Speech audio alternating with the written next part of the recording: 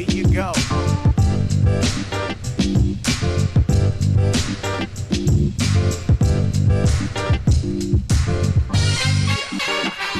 Yeah.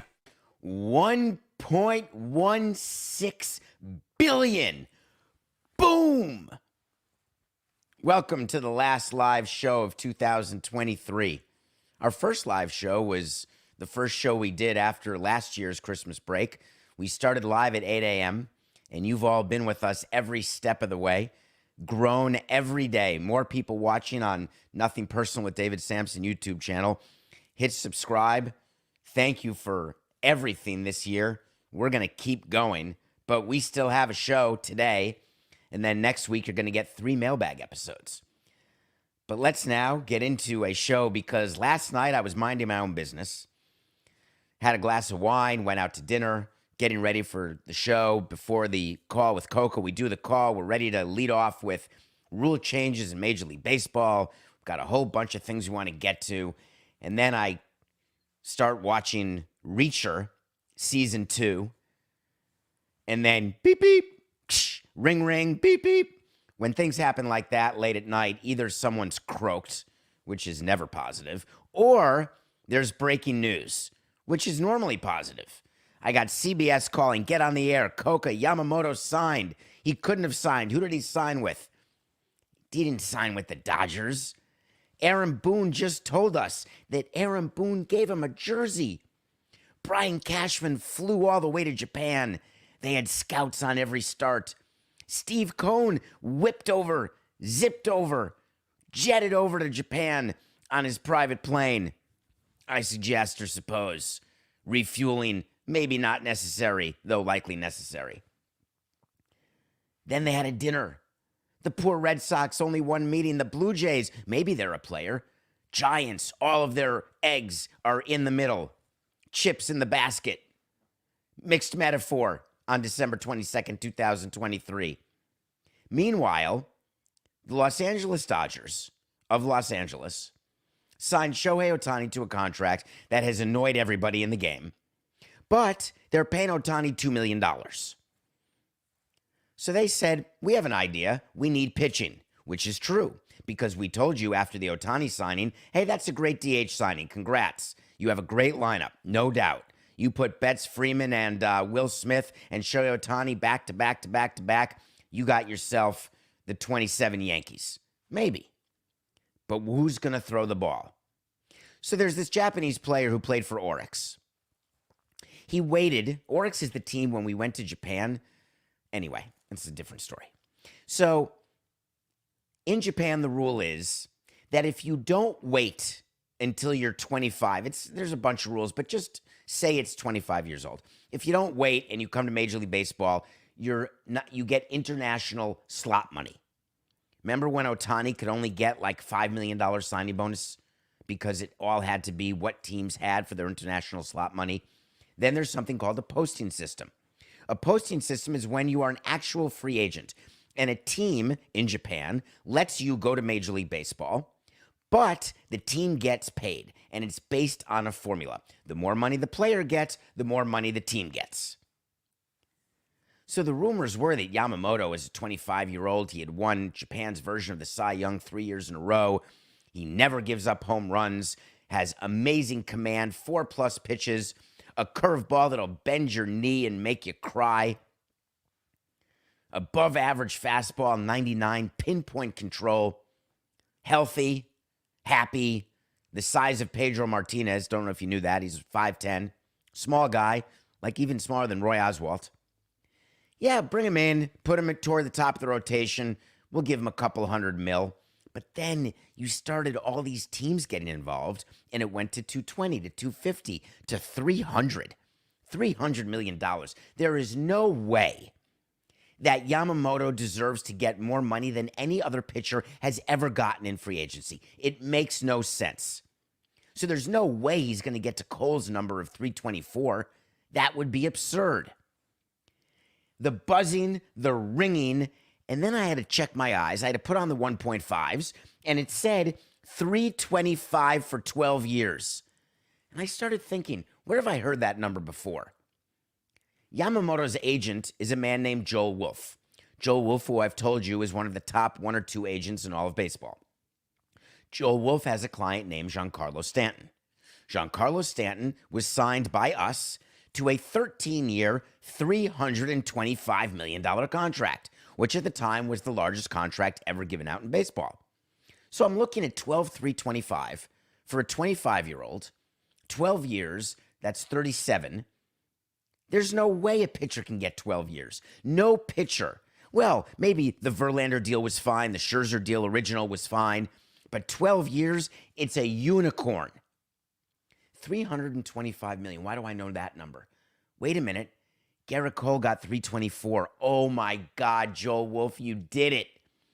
You get to announce 325, just like your fellow agent Naz Below got to announce 700 million for Ohtani. Except we all know it's not 700 million. So he's going all peacock on 700 when everyone knows it's about 460. Nothing to sneeze at, hachu, but not 700. But he's a position player and a pitcher. Sort of. But getting 325 for an only pitcher, you just got yourself a record. And the Dodgers just did the most unbelievable FU to the rest of baseball. So let me bring you inside rejection. Before we get to the excitement of the sign, let me bring you inside the rejection. Because there's 2 ways you get rejected. The first way is when you see it on Twitter that a player you wanted has signed somewhere else. That is fine. Teams generally don't get upset by that. If it's a mid-level, lower-level free agent, it is what it is. Things move fast. No problem. But when you're at the top of the market, you get a phone call. You get a phone call from the agent. Joel Wolfe, for sure, called up the Yankees, the Mets, the Giants, the Blue Jays. Did he call them up just to say, hey, we're going a different direction, I'm sorry? Oh, no, please don't do that. I've been on this side of the call, too. Wait, are you sure? Cespedes is going to the A's? Is there any way? What if we offered like $5 more million? Would that get it done? Nah, he's really decided, well, but if you go $6 million more, wait, so we're still negotiating? We gave you our last and best final offer. Yeah, but if I move a little bit, is there a chance that Mr. Yamamoto will change his mind? Joel Wolfe then said to the teams, no, there's really nothing you can do. He's got a deal. He's got a deal with the Dodgers. It's going to be announced shortly. Brian Cashman gets the call. His first call is to Hal Steinbrenner. His second call is to Aaron Boone. They have a phone call because then Aaron Boone calls the pitching coach because they were all involved. Brian Cashman calls his development people, his player personnel people. And what you're saying is, great job. We just didn't get it, but we're going to be fine. Let's talk about what we're doing now. And you immediately pivot to the now. We've watched the Giants do it. They pivot right to the overpay. When you are desperate and you think you're getting a deal done with a player and then you're informed that you're not getting the player, you feel as though you have to do the immediate pivot. So the Yankees get the call, and then the call goes to David Stearns, or does it go to Stephen Cohn? My money says it goes to Stephen Cohn directly. Joe Wolfe calls up Stephen Cohn and says, just want to tell you we have great respect for everything you're doing. We appreciate your offer. However, Mr. Yamamoto was more comfortable on the West Coast, and he's going to stay on the West Coast. But thank you. You made it really hard. You have a great organization, building a great team, and you really had him. And then Joe Wolfe hangs up. Steve Cohn hangs up, throws something against the wall, because owners, as a general matter, don't like getting rejected. Owners, as rich as they are and successful as they are, have gotten where they are by getting what they want more than half the time, more than 3/4 of the time. Sort of like 99.9% of the time, which of course can lead to troubles in the front office and can lead to like Daniel Snyder type things. But when you have a bit of narcissism, which all owners have, I mean, who doesn't? When you've got an ego the size of Grand Central, that's normal. Most owners do. And you feel you've got the deepest pocketbook of all the owners, which Steve Cohn has, you would expect when you want a player, you're going to get the player. because you never want to feel, wow, the player's not choosing me. Except when you're looking at Yamamoto and this whole free agency bonanza, this whole journey that was taken, don't you get the feeling sometimes that it was always going to be the Dodgers? Do you ever get the feeling that he didn't want to be anywhere but the West Coast? And all of the rumors out, does he want to be teammates with Ohtani? Does he not? Do the Dodgers have the money? Do they want to do it? Andrew Friedman doesn't do contracts like this. I guess he can't say that anymore. Andrew Friedman used to be able to say he doesn't sign pitchers to long-term deals, but now to multi-year. He did the Bauer 3-year deal. That went well. Maybe that was a 4-year deal. Either way, doesn't go above 5 years, let's say, for pitchers.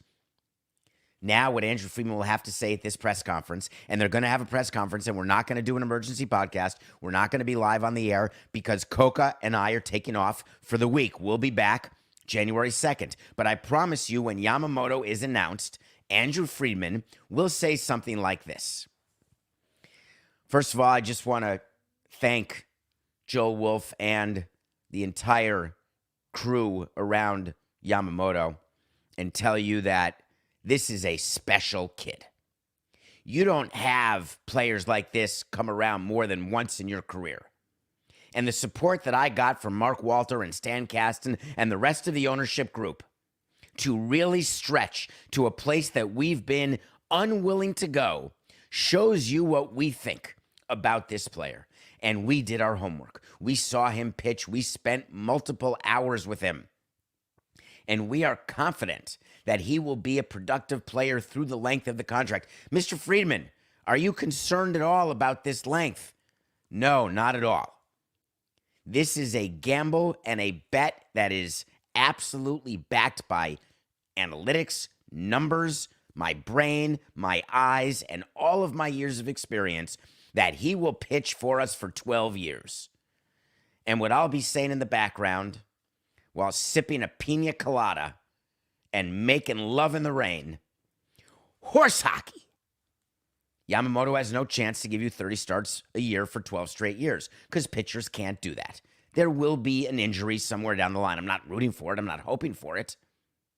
Is there a chance that he ends up not being a top-of-the-rotation pitcher? Of course there is. Succeeding in Major League Baseball is very difficult. Now, granted, you're the best in Japan, but even the best in the U.S. have a hard time sustaining that. Count on your fingers the number of pitchers who have been aces for multiple years. Remember the great year of Jack Flaherty? The great year of Alek Manoah? Those are just the two recent ones I can think of. Who are they? It's sort of only Verlander and Scherzer. Who else right now has had sustained greatness? 8, 9, 10 years. Coke, am I missing somebody? Maybe someone's live in the chat could tell me. Is there a pitcher who's been around a decade who has been a top-of-the-rotation pitcher since 2013? So the Dodgers are using their financial flexibility, their financial muscle, and their bullying tactics. They have spent more money, notionally, than the rest of baseball combined on free agents by bringing in Yamamoto and Shohei and the extension given to Glasnow. $1.16 billion. All so I could get a wait to see wrong. Yep, on November 21st, 2023, I told you that Yamamoto was going to sign with the Mets. I assumed that would be the case. That's why it was a wait to see. And I promised all year that I'd revisit all my wait to sees that are wrong or right. That one was wrong. Yamamoto on the Dodgers. Kershaw's a good example, Coca. Kershaw has been dominant for a decade. That's very good. So I guess the Dodgers saw that and said, oh, he must be like Clayton Kershaw. God, is there going to be a fight between owner and labor and owner? Baseball just knows it. They know it. They're going to allow the contract to Yamamoto. Of course, they're going to allow it. The Yankees are going to have to deal with the fact that they didn't get Yamamoto. The Phillies are going to have to deal with that fact.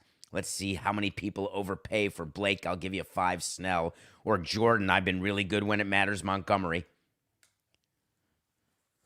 If I am the president of the Milwaukee Brewers, I am trading Corbin Burns. Make no mistake. If I'm Jerry Reinsdorf, who I'm not, I am trading Dylan Cease. because these teams that didn't get Yamamoto or Ohtani need pitching. Now's the time to fleece them right now because owners are angry, desperate, and it's Christmas time. And at Christmas time, you are right around the corner from spring training time. And there are owners looking at their rotations saying, ooh, that's not good enough. And guess what? They're right. Blake Snell, Cy Young Award winner. I wonder, isn't it such a Phillies move for them to overpay Blake Snell? Bring him in, give him $200 million, make Nola feel like crap for only getting like 170 early on. We'll see what happens. I'm not doing a wait to see on that. So the reason I'm telling you that the collective bargaining in 2026 is going to be difficult, and the reason I'm telling you that is Rob Manfred has a problem. And the problem he has is not with Tony Clark. The problem he has is with owners v. owners. And once you get your owners in line, which is going to take a lot of work, Dan Halem is going to be up to here. He's the deputy commissioner in charge of negotiating agreements. He's going to be up to here. Dan Halem, the guy who did arbitration for us when he was just a young lad. He was a lawyer at Proskauer, and that's good scouting by us. Larry Beinfest and I did very well picking out Dan Halem just as a little associate, young associate, to do our arbitration. And look at him now. I'm like a proud daddy. So once the owners stop fighting, then they're going to have to deal with Tony Clark. Do you remember when the last CBA was announced? And there was something called the Competition Committee? And I told you I was on the Competition Committee, and we did whatever we want. We came up with different rules, different thoughts, and then it would be approved by the Baseball Rules Committee, which was headed by Sandy Alderson, but it was perfunctory. But then as part of the CBA, there was a new Competition Committee, and I laughed my kishkas off. 6 owners, 4 players, 1 umpire. 6 owners, 1, 2, 3, 4, 5, 6. 4 players, 1, 2, 3, 4, that's 10. 1 umpire, because we want everybody involved in anything that the competition committee does. But every vote of the competition committee is a majority vote. Let me quickly do the math. 10 divided by 2 is 5. 1 plus 5 is 6. You only need 6 votes to do anything. Wait a minute. So if all 6 owners vote the same way, which they always will, because you never put a vote before a committee when you don't know what the final result of the vote will be, ever, it doesn't matter what the players think. It doesn't matter what the players vote. So yesterday, Major League Baseball announced a bunch of rule changes. And wouldn't you know, the competition committee voted, and all 4 players voted no. And it didn't mean a tinker's darn it. 0. Which forced Tony Clark to call up his PR guy and say, we're going to need a statement. And I'm going to have to make it very clear that I'm less than happy with this competition committee.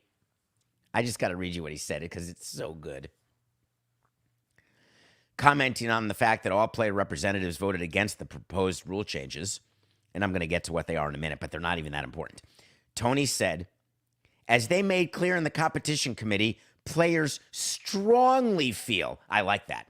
When you're in a meeting and somebody's doing something you don't want them to do, you can do this. You know, I have a different thought here. I don't know that we should go from 20 seconds to 18 with the runner on base.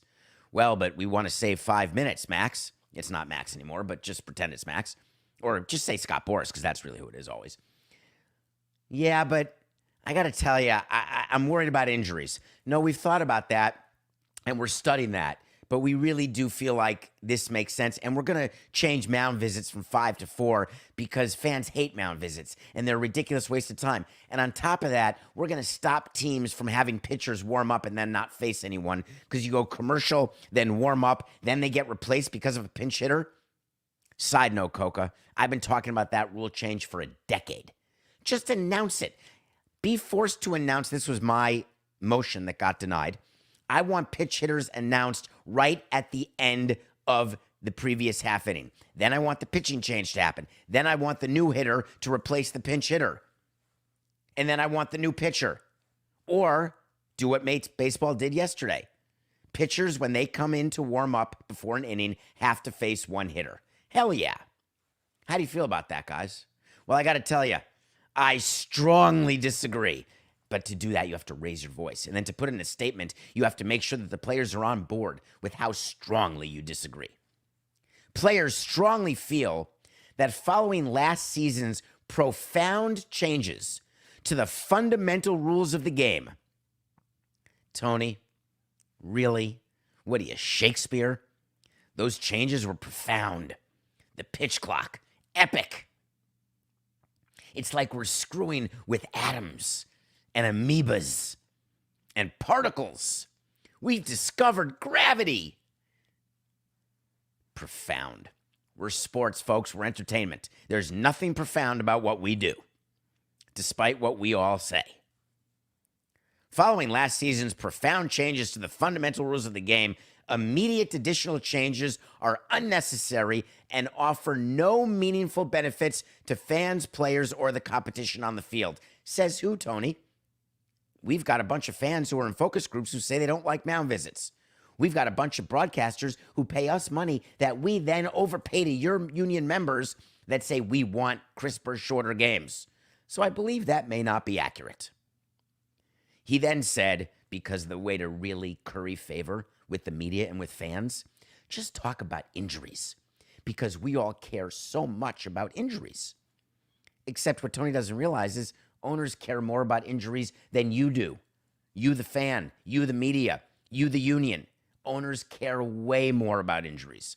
But the statement ended with, this season should be used to gather additional data and fully examine the health, safety, and injury impacts of reduced recovery time. And that is where our focus will be. I feel like playing music. Do we have any music we can play? Like very dun, dun, dun, like pompous sort of banging. Not like Leonard Bernstein music, but sort of like boom. Tell me what you mean exactly, Tony. What are you focusing on? On the impact? Wow, that sounds a lot like what Scott Boras had Max Scherzer say, that all these injuries are all because of the lack of recovery between pitches. It has nothing to do with the fact that you're all trying to throw a $102, does it? It has nothing to do with anything other than the pitch clock? What's your proof of that? Any? How many people, how many times, how many pitchers were in violation of an 18-second pitch clock with a runner on base? Where's that in your statement, Tony? It's a meaningless percentage. This change is a joke. You want to really change the game? Bring it down to 15 and 10. Let's have violations every month in Gedunishtik. Ball 4, on base, strike 3, see you later, get in the box. You want to be there with 8 seconds? I want you there with 12 seconds, and I want the pitch clock to be 10 seconds. The number of pitchers who violated the 18-second, it was nothing. So what are we talking about? Here's what we're talking about. Labor war. The reason why Tony has to do a statement like that is he has to make it clear that he doesn't like baseball instructing the union what it's going to do. He doesn't like baseball having that power, though he signed an agreement that gave baseball that exact power. And for whatever reason, Tony and his minions thought that 4 players on the competition committee would actually matter. What he didn't realize is all of the work of the competition committee is done without the players, without the umpire. It's done in the commissioner's office. They call the 6 owners. They give John Stanton, not John Stanton. I think it's John Stanton, who is the chairman of that committee. They tell him what's going to happen. All 6 owners are on board. They're all a yes to what they're going to be yeses for, or a no to what they're going to be no's for. And then they go have the meeting. The meetings are meaningless. The committee is meaningless. The rule changes, good for baseball. Do you think that Rob Manfred didn't know that he won Best Innovation Sports Business Journal of the Year for 2023 with the pitch clock? You don't think he wants to take his newfound popularity and the fact that he did something good out for a spin, double down, do more, make it better? Of course he does. Because as presidents and owners, that's what we want him to do. Keep making the game better so we make more money and our teams are worth more and we get more sponsors, more broadcasters. Keep going, Rob. 4 mound visits instead of 5. I actually wanted timeouts, not mound visits. How about the runner's lane to first base? That changed. Here's the amount of time I'm going to spend on the rule change of the runner's lane to first base being widened to the infield grass, which means by about 6 to 10 inches. There it is. That's the amount of time. 12 seconds of silence. Because that's the sound. All right. $1.16 billion. Hey, whatever floats your boat. Am I jealous? Not anymore. I don't work for a team. But I'll tell you one thing, not happy. All right. The question that I've been pondering right before we go to break, and I spent last night doing it in between episodes of Reacher, I was wondering what happens with the Dodgers now. How much pressure is on Dave Roberts? He's on the hot seat to start with. He's always on the hot seat, it appears. He's got 2 years left on his deal. The expectation of Mark Walter and Irvin Johnson clearly are for the Dodgers to win the pennant. Is there any doubt about that? They've got to come out of the National League. Anything short of that is an abject failure. But then you've got injuries, underperformance. You've got surprise teams. You've got teams that get hot during the playoffs. You have the vagaries of the playoff rounds. Even if you get the bye, which I expect they'll get, you still have to play a 3 out of 5, where the Dodgers learned last year, hey, you're not hot. Remember what I said to you when they lost to the Diamondbacks? If Betts and Freeman don't have a good series, you're out. And Betts and Freeman went like 1 for 69 during that 3-game series. Diamondbacks swept them and rode that wave all the way to the pennant. So is it realistic to have expectations for the Dodgers to win the pennant? You bet your bippy. Anything short of that, nightmare. However, I am so positive they're not going to win the pennant because it never works that way. The Braves didn't win the pennant last year, and they were the best team by far. It's not even a fair wait to see. But one of my final wait to sees of the year, maybe my final wait to see, Coca. I think this will be my final one. Are you okay with that? Given the signings of Shohei Ohtani and Yamamoto and Glasnow, given the fact that they've got Betts and Freeman, the Los Angeles Dodgers will not win the National League pennant. Wait to see. That is my final. Wait, I already have that wait to see? No. All right, just cut that. On December 12th, I did that exact same wait to see. All right, ready? Give me a wipe. And 4-8-69. On December 12th, 2024, I gave you a wait to see that the Dodgers will not win the pennant. And here we are, only 10 days later, with the addition of Yamamoto into the rotation. And I've got a new wait to see. I am doubly sure that the Dodgers will not win the pennant. That's right. It's a double wait to see. It's like belt and suspenders. Okay. Are we good, Coca? And that's our... Oh, no. We have 17 minutes left. I was taking a break early. We have to go to break. Have we braked? I have not reviewed Survivor yet. All right, here's what we're doing. Sorry, I just got lost in my double down of wait to sees. When we come back, we're going to review Survivor Season 45, and then we're going to talk about what the NFL is doing this weekend, because if you think that MLB's got the news cycle or the NBA has the news cycle, it's still the NFL. For the last time live this year, we'll be right back.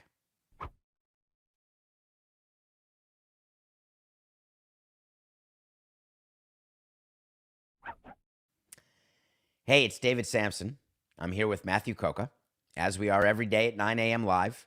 Wherever you get your podcasts, if you're listening, thank you. If you're watching, subscribe, download, rate, review, tell your friends. Keep doing what you're doing because we're having a blast, and we hope you are too. We hope over the course of this year you learned a few things, had a few laughs, sort of squinted your eyes a few times. What the hell is he talking about? Maybe went to davidsampsonpodcast.com, got some merchandise for Hanukkah or Christmas or just to wear around the house. I've gotten scores of pictures from you all with your merchandise and what you're doing with it. I love the mug on the coaster scenario. I've got the coaster right here on my own desk, actually. That's the NPDS coaster. It's pretty good. Behind me, I have the wrong way. Behind me, I have the NPDS tumbler. I think that's still available. DavidSampsonPodcast.com. We've got all the shows, all the shorts, and the merch store. I just appreciate you all. The schedule next week is that this is our last live show. Today's Friday.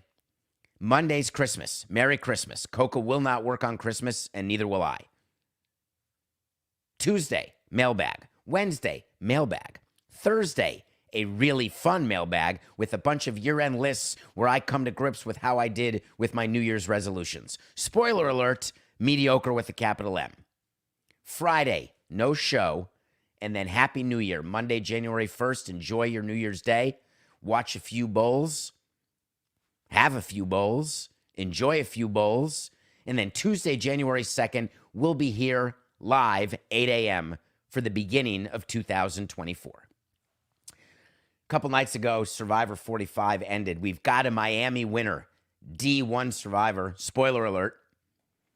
She played an amazing game, even with a showmance with Austin. And I want to explain because as part of that show, they explained that Austin was an alternate. And I want to talk about Survivor a little bit and to tell you what being an alternate is. The way these reality shows get cast is that you go through a process. You take an IQ test. You have to get shots to go overseas. You have to meet with psychologists. You have to meet with medical doctors. You have to meet with Jeff Probst. You have to meet with Mark Burnett. You sit down and they talk to you about you, all the people who are trying to be who they're not. You're not going to get cast. Just be who you are. And they have 18 people who compete in Survivor. But when you get on location, which is Fiji, you don't immediately start the game. There are multiple days prior to the game where you're again seeing the doctor, you're trying on your costumes, you're taking cast photos, you're meeting with the press who are there. All sorts of things are happening. Sometimes people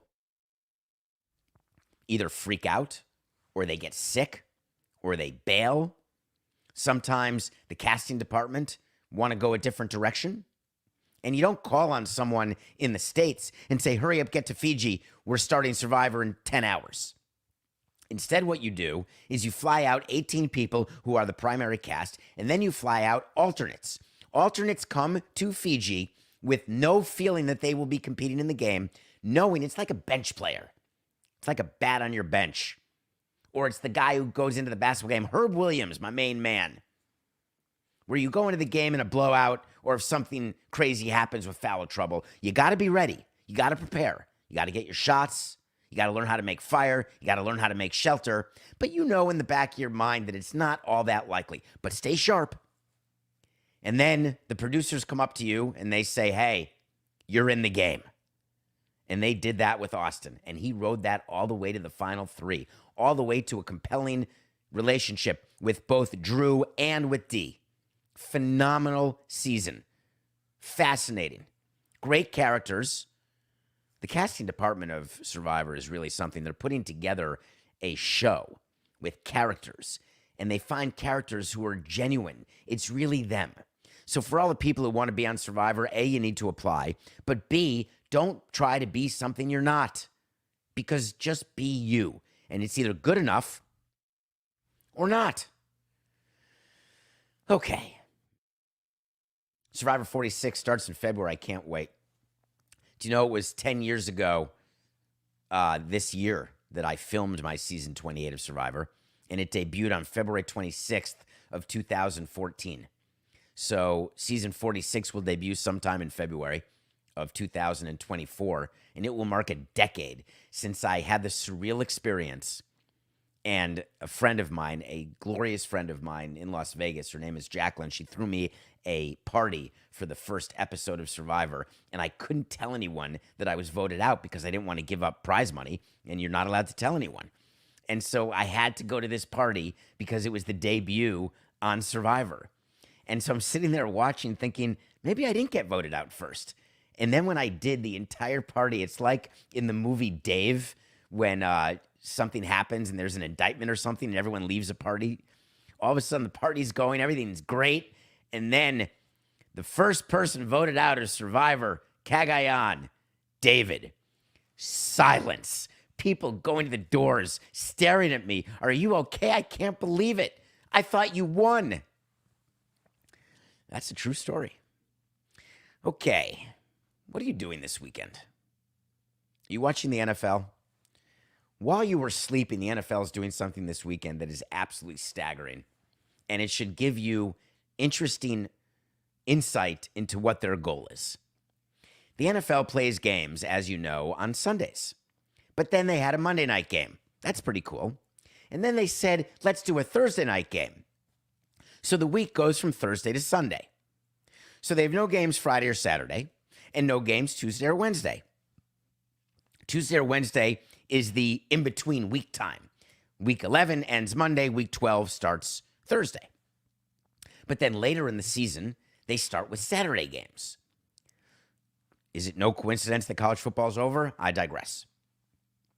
So you've got games Thursday, and then Saturday, and then Sunday, and then Monday.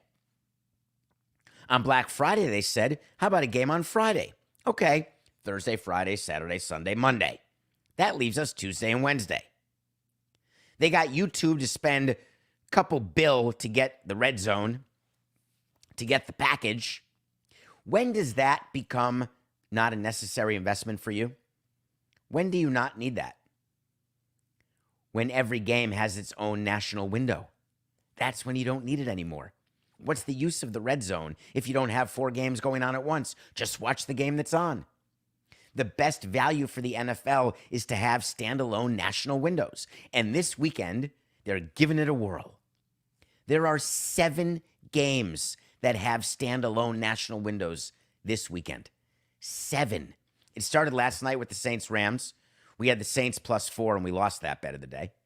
Pick of the day. Saturday, there's 2 games. Bengals-Steelers on NBC. And then Peacock gets an only streaming game.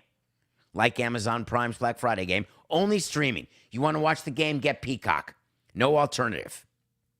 And to make you feel good, we're going to go commercial-free in the fourth quarter. NFL announced that like it's some unbelievable thing. Haven't you gotten Hulu or Netflix or Amazon where you pay a little extra to get no commercials? Don't you get all excited when the final round of the Masters, the last few holes, go commercial-free? Except they still have sponsorships on the screen. Believe me, NBC is not giving up sponsorship dollars to give you commercial-free fourth quarter. What they are doing is doing something to make games crisper, more action. Will there be split screens? I bet there will be. Will there be reads? I bet there will be, because bills have to get paid. NFL has to get paid. And then we go to Sunday, you get the Pats Broncos on NFL Network. And then Monday, it's a triple header. 3 games. The NFL is absolutely going after every day of the week. And the reason is that they have done the math, and they realize that what broadcasters really want is the standalone audience. Having 5 games at 1 o'clock and then 4 games in the 4 o'clock window, and then you've got the national, you've got different sets of broadcasters, the national window. 86% of the country is going to get Cowboys, Dolphins. 14% is going to get the third announcing team. They're still professionals, but it's the third-ranked announcing team. And then you're in that 14%, but you want to be in the 86%, and you sort of feel like crap that you're not, though part of that is it's your home territory and your home team. The NFL is not stopping, so just be ready. 7 games. All right, pick of the day. We had the Saints +4 versus the Rams. That's a loss. But we had the Thunder over the Clippers. Clippers had won 9 in a row. I told you back-to-back against the Thunder. That's it for the clip joint. And the Thunder won the game. So we are now 194 and 187. Many, many months ago, I gave you a wait to see that I would finish the year over 500. I'm now 7 games over 500, and these are my last picks of the year.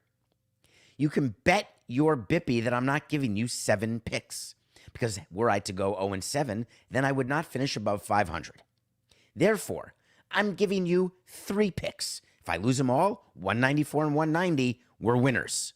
Except I want one of the picks to be the craziest pick of the day, sponsored by, wait till January, sponsored by David and Coca. We are doing a 6-team parlay in the NFL. Get out your pens, because this is a winner. It's plus 1364 when we win this. And we don't need 6 teams to cover.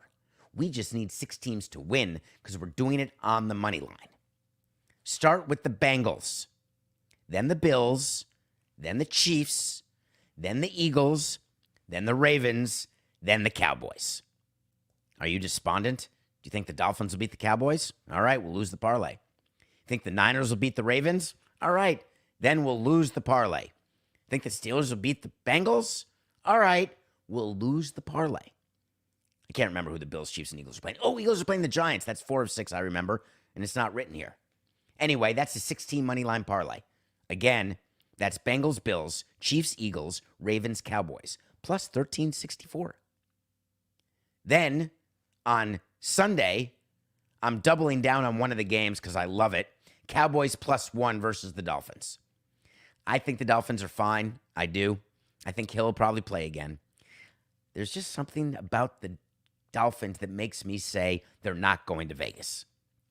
There's some great matchups this week, but we're taking the Cowboys +1 versus the Dolphins. Tonight, we're going to the NBA.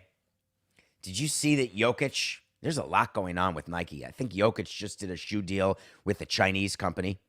Jokic just filmed a commercial for Hotels.com. He's finally getting some off-the-court revenue here in the U.S., which he should be getting, although he had to go overseas to get his shoe deal. But I love that he's doing that.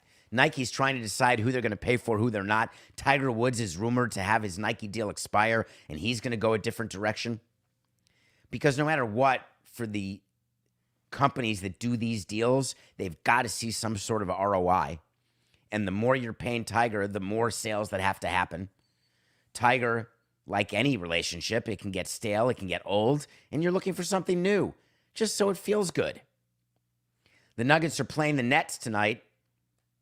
Hey, Coca, is Ben Simmons still on the Nets? Because I just read that Ben Simmons is out for a couple weeks, still with his back.